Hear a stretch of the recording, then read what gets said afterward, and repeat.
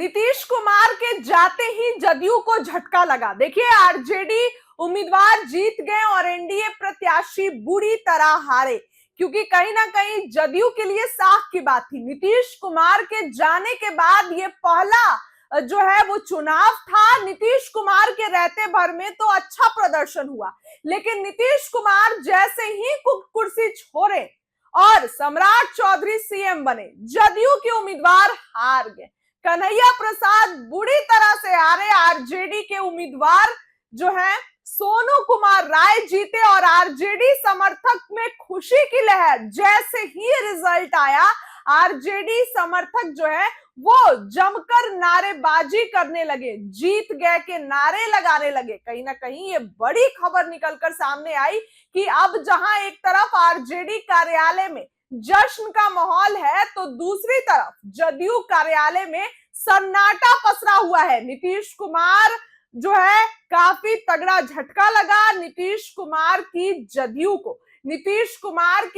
को तगड़ा झटका लगा और एनडीए को भी झटका लगा, क्योंकि जहां एक तरफ ये एक बड़ा चुनाव था, महत्वपूर्ण रिजल्ट था, तो तेजस्वी यादव के उम्मीदवार यहां पर जीत गए और एनडीए को झटका लगा। नीतीश कुमार जाते के साथ जहां एक चुनाव जदयू नहीं जीत पाई, जदयू के उम्मीदवार कन्हैया प्रसाद मैदान में उतरे थे, इनके पापा थे पहले, फिर इनके जाने के बाद ये सीट खाली हुई तो तेजस्वी ने अपने तरफ से सोनू कुमार राय को उतारा था।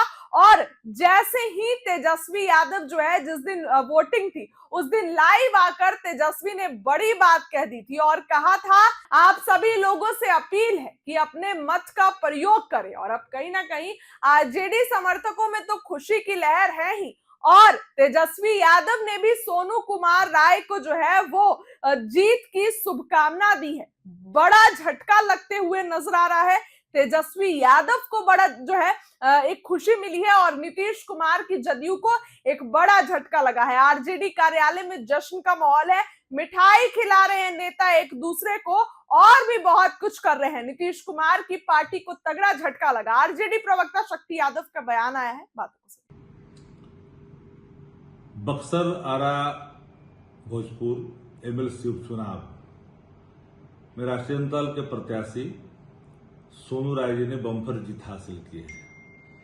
तेजस्वी जी के नेतृत्व में आस्था व्यक्त करने के लिए तमाम वहां के मतदाताओं को दिल की गहराइयों से उनको हम बधाई देते हैं और इस जीत को सादगी के साथ स्वीकार करते हैं।